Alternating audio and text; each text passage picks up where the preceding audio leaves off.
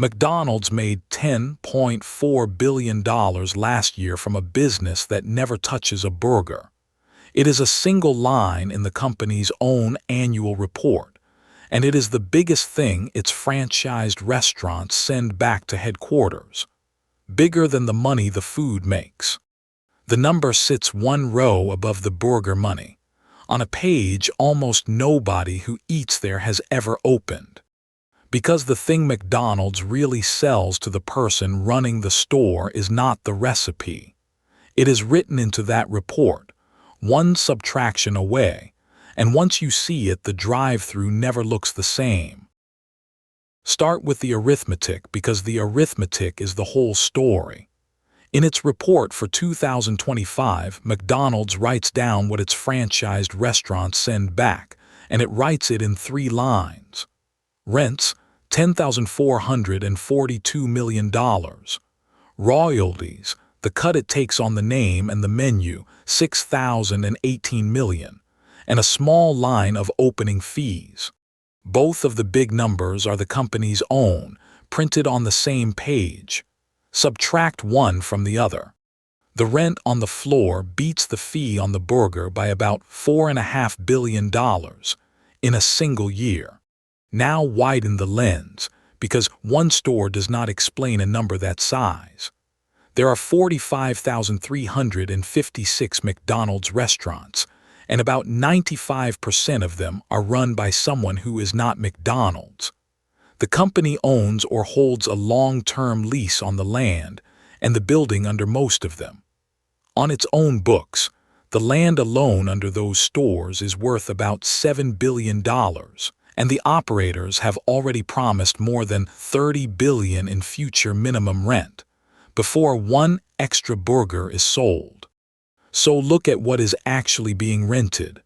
Not a kitchen, a corner, a parking lot, a patch of ground with a drive-through drawn across it, leased back to the person frying the food. That distance between the rent and the burger has a shape, and this channel draws the shape nobody else will. It enters from the edge of the frame, the way a force always does, and it is the only thing on screen allowed to be read. When you buy a McDonald's, you think you are signing one contract.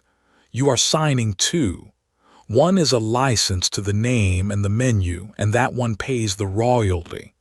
The other is a lease on the dirt, and that one pays the rent. The second contract is the larger one, and it is the one people forget they signed. Read the lease slowly because this is the part that turns a fee into a mechanism. The rent is not flat. A piece of it climbs with your sales.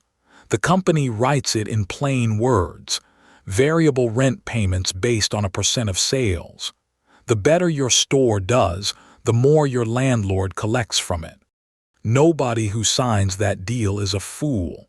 You did not get tricked at the table. You signed the only deal McDonald's offers, the same deal that built the most valuable restaurant name on earth, and on the day you signed it, the store you pictured was real.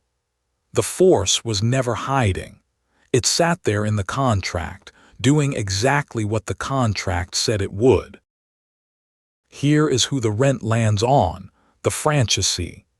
Picture the dollar a customer sets on the counter. Before it becomes anyone's profit, it walks past a line of costs. The beef, the bun, the oil, the wages, the electricity, the loan the operator took to open the doors. Every one of those is the franchisee's problem, the person standing at the fryer at 6 in the morning.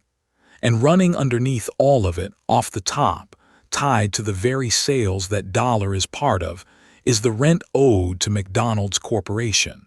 The company describes its own model in one calm sentence.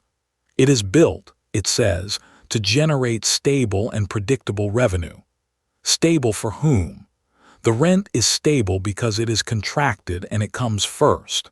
The burger profit is whatever survives after the rent. The wages and the beef have each taken their turn, and that number swings with every slow Tuesday and every price of cattle. So the operator carries the burger with all of its risk and the landlord carries the lease with almost none. Same building, two very different bets.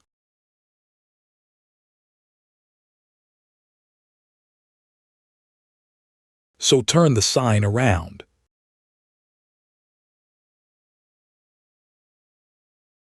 Behind the golden arches there is no kitchen. There is a deed to the ground and a lease with the operator's name on it.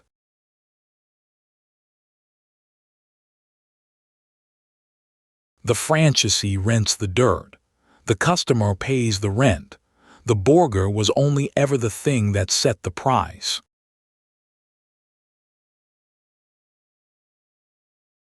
Watch the scoreboard the way McDonald's has to watch it, because the company is not really counting burgers. It is counting leases that pay whether the burger is any good or not. A franchisee has a bad year. Costs climb. A rival opens across the street. The lunch rush thins out. The burger profit falls, and it is the operator who feels every dollar of that fall. The rent does not fall with it. The rent is written against the sales that did happen, and the minimum is written against the sales that were promised. Whatever else goes wrong inside that building, the floor still charges for standing on it. And the person who pays it hardest is the one who believed in the burger the most. The operator who borrowed, who signed a 20-year lease, who bet a decade of their life on a corner. They are the one holding the risk that McDonald's lifted off its own books the day it chose to franchise 95% of its restaurants instead of running them. That operator is not a problem the company puts up with. That operator is the design. The one who owns the ground collects a steady line. The one who flips the burger absorbs the swing.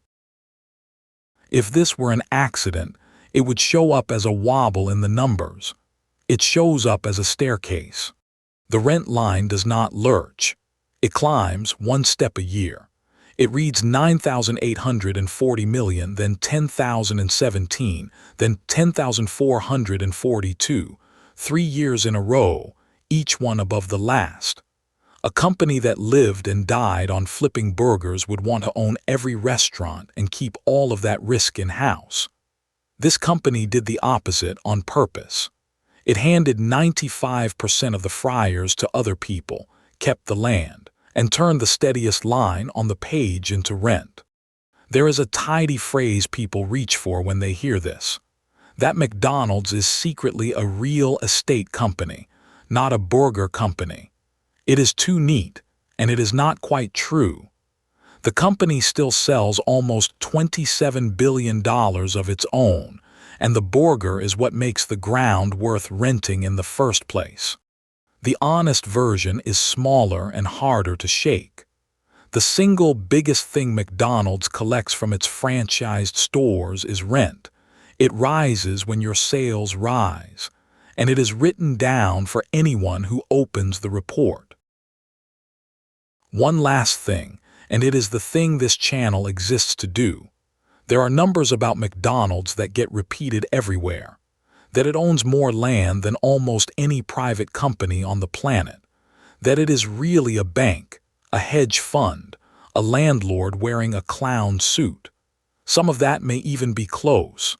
I could not set most of it next to a document I would sign my name to, so it stays out of this video.